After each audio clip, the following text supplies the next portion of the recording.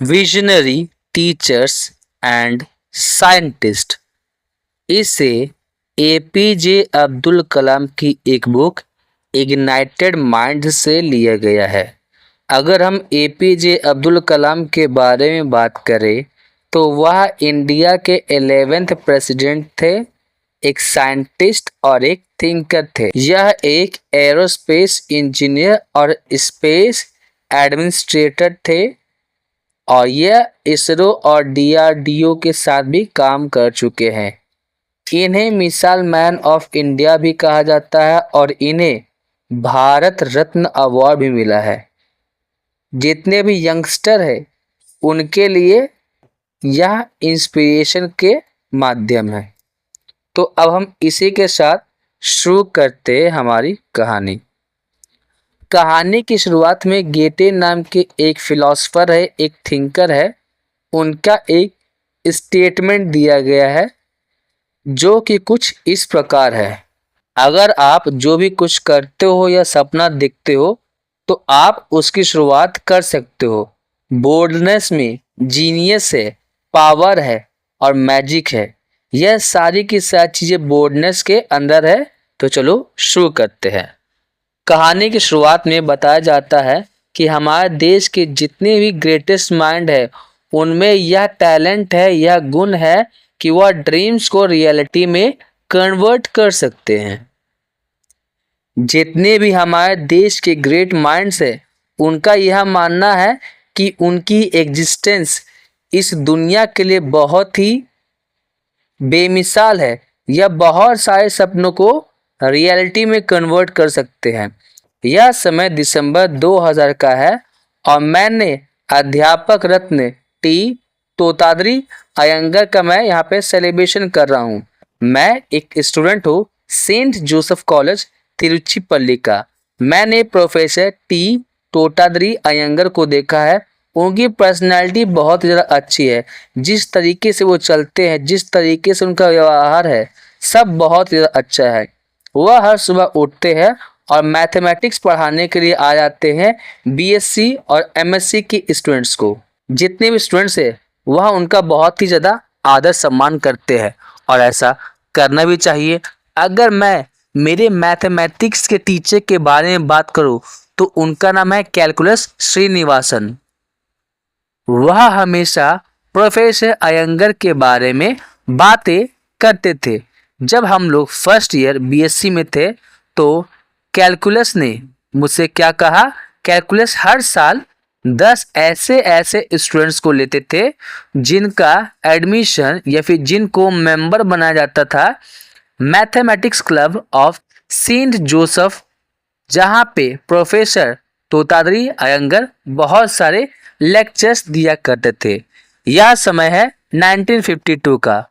वह हमारे इंडिया के बहुत सारे मैथमेटिशियंस और एस्ट्रोनॉमर के बारे में बताते हैं जिसमें लगभग 1 घंटे के आसपास लग जाती है और वह सारे के सारे लेक्चर्स अभी भी मेरे कानों में गूंजती है। चलो मैं आप लोगों को बताता हूँ कि मेरे नज़रिए से जितने भी हमारे एंशिएंट मैथमेटिशियंस है तो उनके बारे में प्रोफेसर तोतादरी अयंगर के द्वारा क्या क्या विचार है।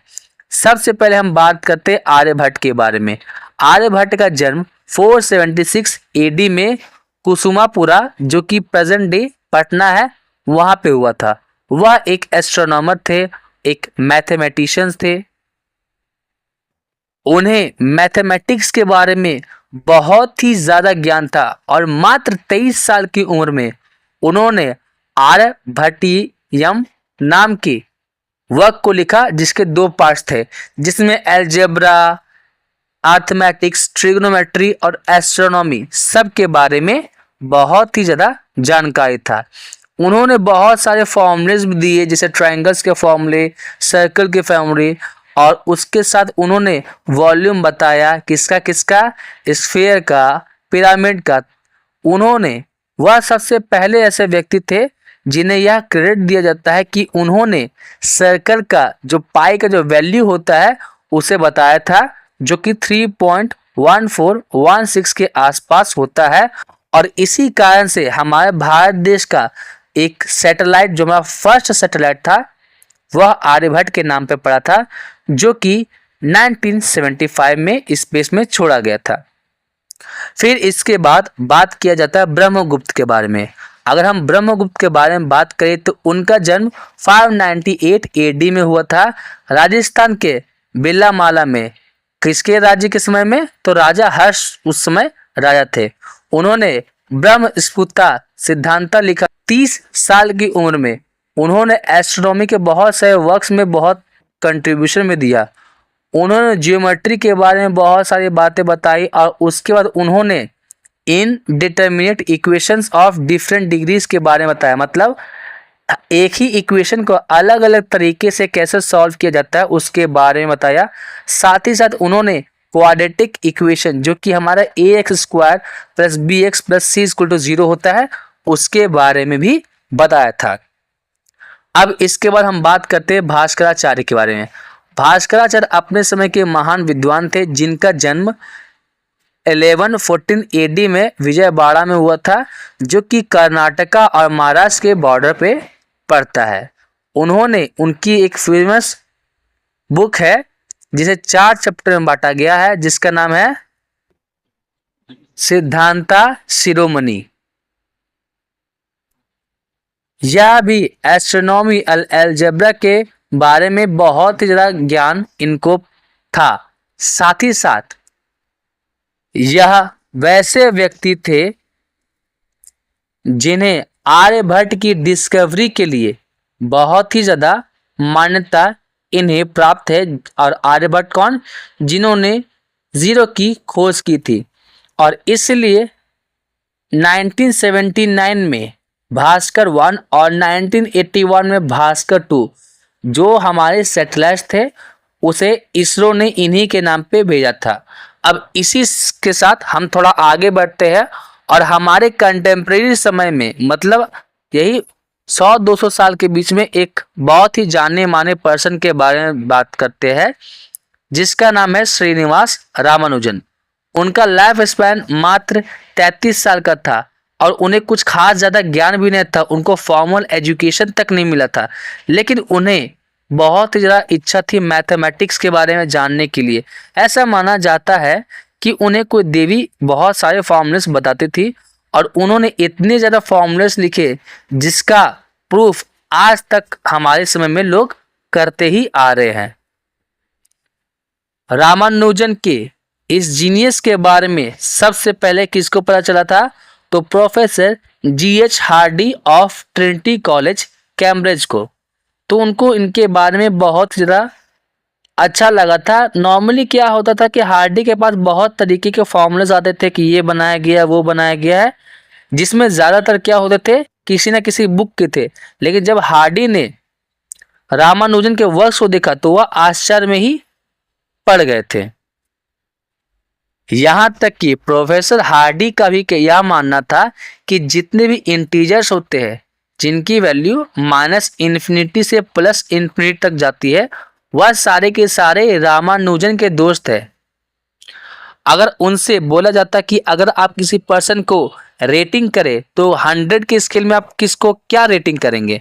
जिसमें ज़्यादातर को वो 30 रेटिंग करते थे और जो बहुत ही ज़्यादा रेयर एक्सेप्शनल होता था उसे वह 60 रेटिंग करते थे। लेकिन अगर रामानुजन के बारे में बात करें तो वह उन्हें 100 आउट ऑफ 100 रेटिंग करते थे। रामानुजन के बारे में बात करें तो उन्होंने बहुत सारे वर्क्स के बारे में बताया था, जैसे हाइपर जियोमेट्रिकल सीरीज, फिर उसके बाद modular function, elliptical function, Mog theta function और मैजिक स्क्वायर। इन सारे के सारे चीज़ों के बारे में उन्होंने बहुत सारी बातें बताई। इसके बाद आते हैं CV Raman. Sir CV Raman का करियर की शुरुआत तो ऑफिस में हुई थी अकाउंटेंट जनरल के तौर पे, वो भी कलकत्ता में। लेकिन साइंटिस्ट का जो इनके अंदर जो साइंस का जो कीड़ा था वह कभी इनके अंदर से गया ही नहीं था। वह हमेशा बहुत सारी चीज़ों के बारे में जानने की कोशिश करते रहते थे। और इन्हें इनका साथ किसने दिया था? तो आशुतोष मुखर्जी। इस बात को थोड़ा ध्यान देने की ज़रूरत है कि जो हम रमन इफेक्ट के बारे में जानते हैं, जिसके कारण इंडिया में नोबेल प्राइज मिला था, वह अचानक से नहीं हुआ था। इनके पहले बहुत सारे इंडियन माइंड्स थे जिन्होंने इनको बहुत ही ज़्यादा मोटिवेट किया। इसी समय बहुत सारे लोग थे जो इनको बहुत ज़्यादा ज्ञान देते हैं, और इसी समय एक प्रोफेसर थे जिनका नाम था प्रोफेसर एस चंद्रशेखर, जो कि एक पोएट लॉरिएट थे, जिनको एक नोबेल लॉरिएट मिला था उनके ब्लैक होल के बारे में, ब्लैक होल के वर्क के बारे में। ब्लैक होल क्या होता है? ब्लैक होल एक ऐसा स्पेस में एक रीजन होता है जिसका बहुत ही ज़्यादा स्ट्रॉन्ग मैग्नेटिक फील्ड होता है। अब एस चंद्रशेखर की एक बायोग्राफी है जिसका नाम है चंद्रा, जिसे लिखने वाले कमेश्वर सी वल्ली है, जिसमें यह बात बताया जाता है कि चंद्रा एक ऐसे समय में जन्मे थे जो गोल्डन एज था साइंस का, आर्ट का और लिटरेचर का इंडिया में। इसमें बहुत सारे लोग थे जैसे जेसी बोस, सीवी रमन, मेघनाथ शाह, श्रीनिवास रामानुजन और रविन्द्रनाथ टैगोर, जिन्हें साइंस और क्रिएटिविटी में बहुत ही ज़्यादा नाम प्राप्त किया था। वही बहुत सारे नेशनल हीरोज थे जैसे जवाहरलाल नेहरू, महात्मा गांधी, जिन्होंने बहुत ही ज़्यादा मदद किया इस एटमॉस्फेयर को क्रिएट करने के लिए। लेकिन यह बात नोट करने वाली है कि चंद्रशेखर के दिमाग में 1920 से 1925 में बहुत सारे जाने माने लोगों की छाप उनके मन में छपी थी। जिस समय हमारे भारत देश में नेशनल मूवमेंट चल रहा था, हमारे भारत देश को आज़ादी दिलाने के लिए, उस समय भारत एक क्या था? एक सब्जेक्टेड कंट्री था, एक गुलाम देश था। लेकिन हमें उन्हें यह दिखाने में ज़्यादा समय भी नहीं लगा कि साइंस में हम उनके बराबर है, या हम कहें उनसे ज़्यादा जानकारी हमें साइंस के प्रति था। साइंस के अलावा बहुत सारी चीज़ों में, चाहे आर्ट्स हो, साइंस हो, टेक्नोलॉजी हो, इकोनॉमिक्स हो, हिस्ट्री हो, लिटरेचर हो, हम वर्ल्ड में बेस्ट पोजीशन प्लेस करते हैं। और जैसे जैसे समय बदला, इसमें हम लोग बहुत सारे विजनरी साइंटिस्ट के बारे में जानते हैं, जैसे doctor DS Kothari, doctor Homi J Bhabha, doctor Vikram Sarabhai. ये सारे के सारे लोगों के बारे में अगर मैं बात करूं तो इन्होंने 3 ग्रेट इंस्टीट्यूशंस खोला था, जिसमें पहला हो जाता है DRDO, जो कि हमारा डिफेंस रिसर्च डेवलपमेंट ऑर्गेनाइजेशन है, DAE जो कि डिपार्टमेंट ऑफ एटॉमिक एनर्जी है, और इसरो जो कि हमारा इंडियन स्पेस रिसर्च ऑर्गेनाइजेशन है। तो इन तीनों के तीनों रिसर्च या ऑर्गेनाइजेशन को भारत में फाउंड किया था। और इन तीनों के बारे में बात किया जाए तो इन तीनों को फिजिक्स में बहुत ही ज़्यादा इंटरेस्ट रहा था, जिसके कारण हमारे भारत देश की डिफेंस टेक्नोलॉजी, न्यूक्लियर टेक्नोलॉजी और स्पेस टेक्नोलॉजी में बहुत ही ज़्यादा डेवलपमेंट हमें देखने को मिला, जिसमें अभी के समय में बात किया जाए तो 20,000 से ज़्यादा साइंटिस्ट पूरे पूरे देश में फैले हुए हैं। इन्हीं सारे के सारे साइंटिस्ट ने मिल करके हमारे भारत देश का नाम बहुत ही ज़्यादा ऊंचा किया है, जिसमें साइंस के फील्ड में हम कुछ ज़्यादा ही इम्पोर्टेंट रोल प्ले करते हैं, जो हमें यह मैसेज देते हैं कि साइंस टेक्नोलॉजी को बढ़ाने में बहुत ही ज़्यादा इम्पॉर्टेंट रोल प्ले करता है, और आजकल के समय में तो कुछ ज़्यादा ही। इसलिए हमें बहुत सारे ज्ञान को अर्जित करते रहना चाहिए। चलिए, हमें उनसे बहुत सारे क्वालिटीज़ सीखनी चाहिए, जिसमें लीडरशिप के बारे में बताया जाता है, और साइंस को वैल्यू करने के बारे में बताया जाता है, और किस तरीके से हम अपनी लाइफ को और भी ज़्यादा बेहतर बना सकते हैं उसके बारे में बताया जाता है।